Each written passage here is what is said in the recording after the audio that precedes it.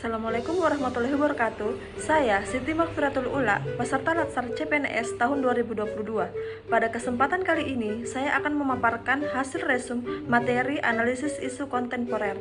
Nah, yang pertama yaitu konsep perubahan.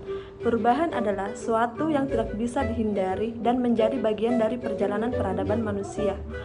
Sebelum membahas mengenai perubahan lingkungan strategis, sebaiknya perlu diawali dengan memahami apa sih itu perubahan dan bagaimana konsep perubahan dimaksud.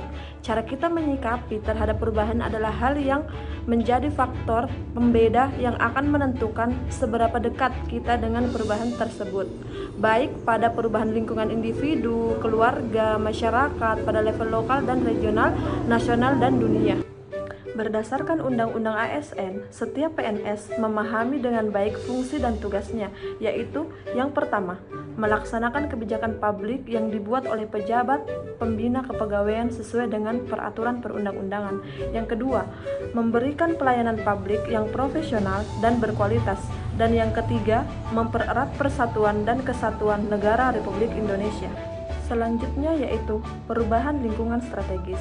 Ditinjau dari pandangan Uri Bronfenbrenner, ada 4 level lingkungan strategis yang dapat mempengaruhi kesiapan PNS dalam melakukan pekerjaannya sesuai bidang tugas masing-masing, yakni yang pertama individu, keluarga, masyarakat pada level lokal dan regional, nasional, dan dunia.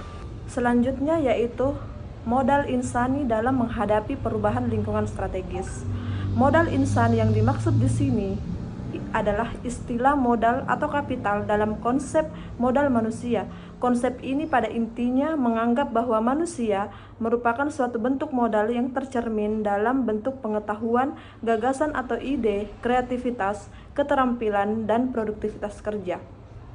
Ada 6 modal insani dalam menghadapi perubahan lingkungan strategis, yaitu yang pertama, modal intelektual, yang kedua, modal emosional, yang ketiga, modal sosial, yang keempat, modal ketabahan, yang kelima, modal etika atau moral, dan yang keenam, modal kesehatan.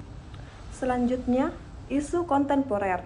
Isu sendiri dapat kita artikan sebagai kesenjangan antara harapan yang tidak sesuai dengan kenyataan yang terjadi. Isu juga merupakan sebuah masalah yang belum memiliki solusi sehingga diperlukan suatu keputusan yang bijak untuk menanganinya. Sedangkan kontemporer itu sendiri memiliki arti kekinian, sesuatu yang terjadi sekarang atau sesuatu yang menjadi tren pada masa sekarang. Nah, jadi dapat kita simpulkan bahwa isu kontemporer adalah suatu pokok persoalan yang terjadi pada masa sekarang atau menjadi trending topik pada saat ini.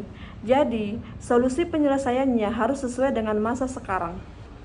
Isu-isu strategis kontemporer. Yang pertama yaitu korupsi. Korupsi diartikan sebagai penyelewengan atau penyalahgunaan uang negara untuk keuntungan pribadi atau orang lain.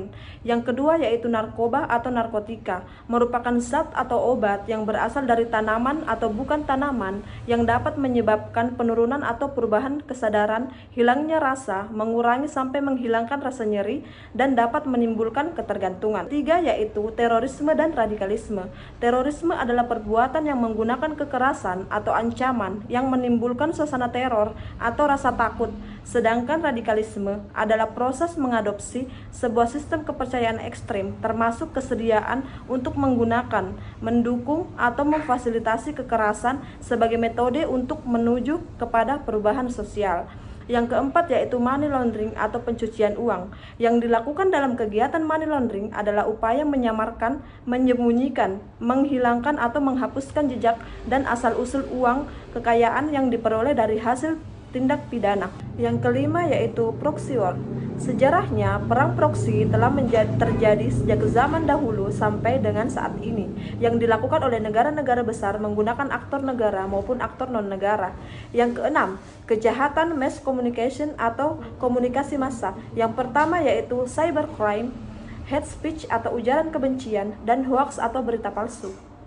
Oleh karena itu, dibutuhkan kemampuan berpikir kritis, analitis, dan objektif terhadap suatu persoalan. Isu kritikal secara umum terbagi ke dalam 3 kelompok. Yang pertama yaitu current issue atau isu saat ini, yang kedua emerging issue atau isu berkembang, dan yang ketiga yaitu isu potensial.